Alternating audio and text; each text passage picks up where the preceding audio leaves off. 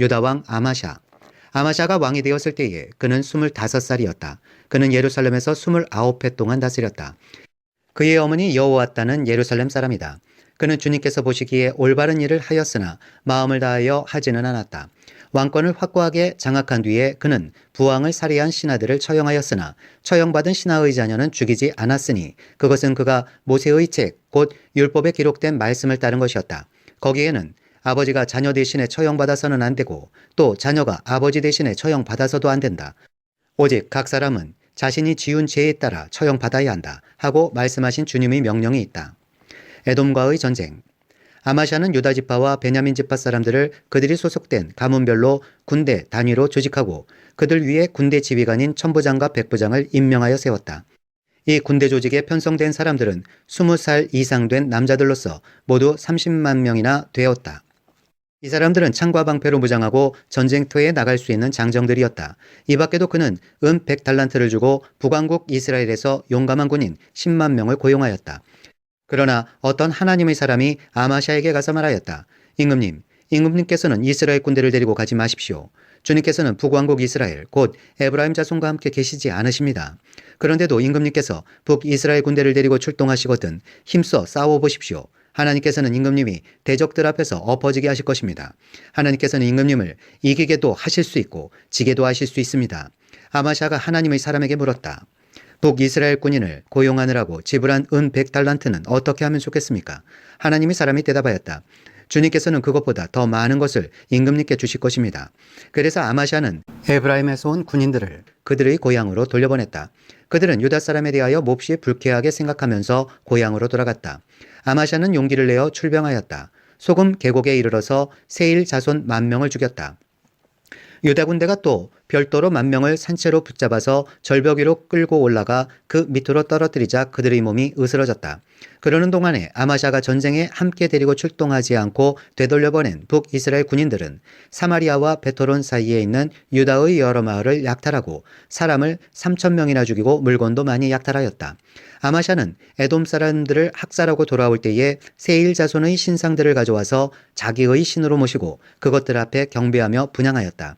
이 일로 주님께서 아마샤에게 크게 진노하셔서 예언자 한 사람을 보내시니 그가 가서 아마샤에게 말하였다. 이 신들은 자기들을 섬기는 그 백성들을 임금님의 손에서 건져내지도 못하였는데 임금님께서는 이 신들에게 비신이 어찌된 일입니까? 예언자가 이렇게 말머리를 꺼내는데 왕이 그의 말을 가로막으면서 우리가 언제 너를 왕의 고문으로 추대하였느냐? 맞아 죽지 않으려거든 그쳐라 하고 호통을 쳤다. 그러자 예언자는 이렇게 말하고 그쳤다. 임금님께서 나의 충고를 받지 않고 이렇게 하시는 것을 보니 하나님께서 임금님을 망하게 하시기로 결심하셨다는 것을 이제 알 것 같습니다. 이스라엘과의 전쟁. 유다 왕 아마샤가 참모들과 함께 이스라엘에 대항할 모의를 하고 예후의 손자요 여호아하스의 아들인 이스라엘의 여호아스 왕에게 전령을 보내어서 서로 직접 만나 힘을 겨루어 보자고 제안하였다. 이스라엘의 여호아스 왕은 유다의 아마샤 왕에게 사람을 보내어서 회답하였다. 레바논의 가시나무가 레바논의 백향목에게 전가를 보내어서 백향목의 딸을 며느리로 달라고 청혼하는 것을 보고 레바논의 들짐승이 지나가다가 그 가시나무를 짓밟은 일이 있습니다. 당신은 에돔을 쳐부쉈다는 것을 스스로 대견스럽게 여겨 자랑하면서 건방지게 우쭐대지만 차라리 당신 궁전에 그대로 머물러 있으면 별 탈이 없을 터인데 어찌하여 당신은 당신 자신과 유다를 함께 멸망시킬 화근을 스스로 불러들이고 있습니까? 그가 이렇게 말하여도 아마샤는 들으려 하지 않았다. 그러나 이것은 하나님께서 하신 일이다. 유다 사람들이 에돔 신들의 뜻을 물음으로 하나님께서 유다 사람들을 여호아스의 손에 넘겨주시려고 아마샤의 마음을 그렇게 만든 것이다. 이스라엘의 여호아스 왕이 올라와서 유다의 아마샤 왕을 맞아 유다의 베세메스에서 대치하였다. 그러나 유다 군대는 이스라엘 군대에게 패하여 뿔뿔이 흩어져 자기들의 집으로 도망가고 말았다. 이스라엘의 여호아스 왕은 베세메스에서 아하시아의 손자요 요아스의 아들인 유다의 아마샤 왕을 사로잡아서 예루살렘으로 들어왔다. 그는 예루살렘 성벽을 에브라임 문에서부터 성 모퉁이 문에 이르기까지 400자 길이의 성벽을 허물어 버렸다. 그는 또 하나님의 성전 안에서 오베드돔이 지키고 있는 모든 금과 은과 그릇들을 약탈하고 왕궁의 보물창고를 약탈하고 사람까지 볼모로 잡아서 사마리아로 돌아갔다. 유다의 요아스의 아들 아마샤 왕은 이스라엘의 여호아스의 아들 여호아스 왕이 죽은 뒤에도 15해를 더 살았다. 아마샤가 다스리던 기간에 일어난 다른 사건들은 처음부터 끝까지 유다와 이스라엘의 열왕기에 기록되어 있다. 아마샤가 주님을 따르다가 등지고 돌아선 뒤에 예루살렘에서 반란이 일어나자 아마샤는 라기스로 도망하였다. 그러나 반란을 일으킨 사람들은 라기스에까지 사람을 보내어 거기에서 그를 죽였고 그의 주검을 말에 싣고 와서 그의 조상들과 함께 다윗성에 장사하였다. 26장 유다 왕 우시야. 유다의 온 백성은 우시야를 왕으로 삼아 그의 아버지 아마샤의 뒤를 잇게 하였다. 그가 왕이 되었을 때에 그는 16살이었다. 아마샤 왕이 죽은 뒤에 우시야는 엘랏을 재건하여 유다에 귀속시켰다. 우시야가 왕이 되었을 때에 그는 16살이었다. 그는 예루살렘에서 52해 동안 다스렸다. 그의 어머니 요골리아는 예루살렘 태생이다. 그는 자기의 아버지 아마샤가 한 모든 일을 본받아서 주님께서 보시기에 올바른 일을 하였다.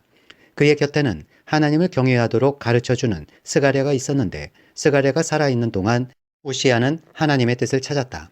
그가 주님의 뜻을 찾는 동안은 하나님께서 그가 하는 일마다 잘되게 하여 주셨다.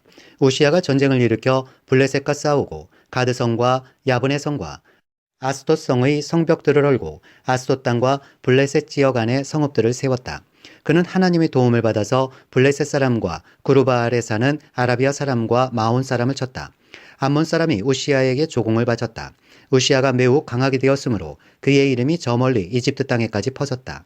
우시야는 예루살렘의 성 모퉁이 문과 골짜기 문과 성 구비 이 세 곳에 망대를 세우고 그곳을 요새로 만들었다. 그에게는 기르는 가축이 많았다.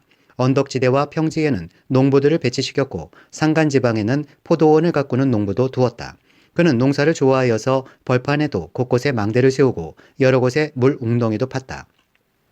우시야에게는 언제든지 나가서 싸울 수 있는 큰 규모의 군대가 있었다. 여이엘 병적 기록관과 마아세야 병무 담당 비서관이 이들을 징집하여 병적에 올렸다. 이 두 사람은 왕의 직속 지휘관 가운데 한 사람인 하나냐의 지휘를 맡았다. 그 군대에는 2600명의 장교가 있고 그들의 밑에도 왕의 명령이 떨어지면 언제라도 대적과 싸워 이길 수 있는 30만 7500명의 군인들이 있었다. 우시야는 이 군대를 방패와 창과 투구와 갑옷과 활과 무림매로 무장시켰다. 예루살렘에는 무기제조 기술자들을 두어 새로운 무기를 고안하여 만들게 하였으니 그 무기는 망대와 성곽 모서리 위에 설치하여 활과 큰 돌을 쏘아 날리는 것이었다. 그의 명성이 사방으로 퍼졌고 하나님께서 그를 도우셨으므로 그는 매우 강한 왕이 되었다. 우시야가 벌을 받다. 우시야 왕은 힘이 세어지면서 교만하게 되더니 드디어 악한 일을 저지르고 말았다. 주님의 성전 안에 있는 분향단에다가 분향을 하려고 그리로 들어간 것이다. 이것은 주 하나님께 죄를 짓는 일이었다. 아사랴 제사장이 용감하고 힘이 센 주님의 제사장 80명을 데리고 왕의 뒤를 따라 들어가면서 우시야 왕을 말렸다. 제사장들이 외쳤다. 우시야 임금님께서는 들으십시오.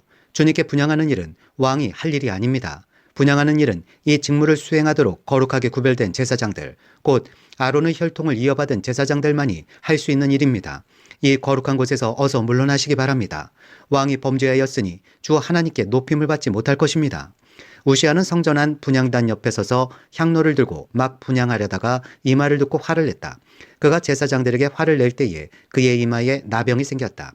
아사랴 대제사장과 다른 제사장들이 그를 살펴보고 그의 이마에 나병이 생긴 것을 확인하고 그를 곧 그곳에서 쫓아냈다. 주님께서 우시야를 재앙으로 치셨으므로 그는 급히 나갔다. 그는 죽는 날까지 나병을 앓았다. 주님의 성전을 출입하는 것도 허용되지 않았으므로 나병 환자인 그는 별궁에 격리되어 여생을 보냈다. 왕자 요담이 왕실을 관리하며 나라의 백성을 다스렸다. 우시야의 통치 기간에 있었던 다른 사건들은 초기의 것에서부터 후대의 것에 이르기까지 아모스의 아들 예언자 이사야가 기록하여 두었다.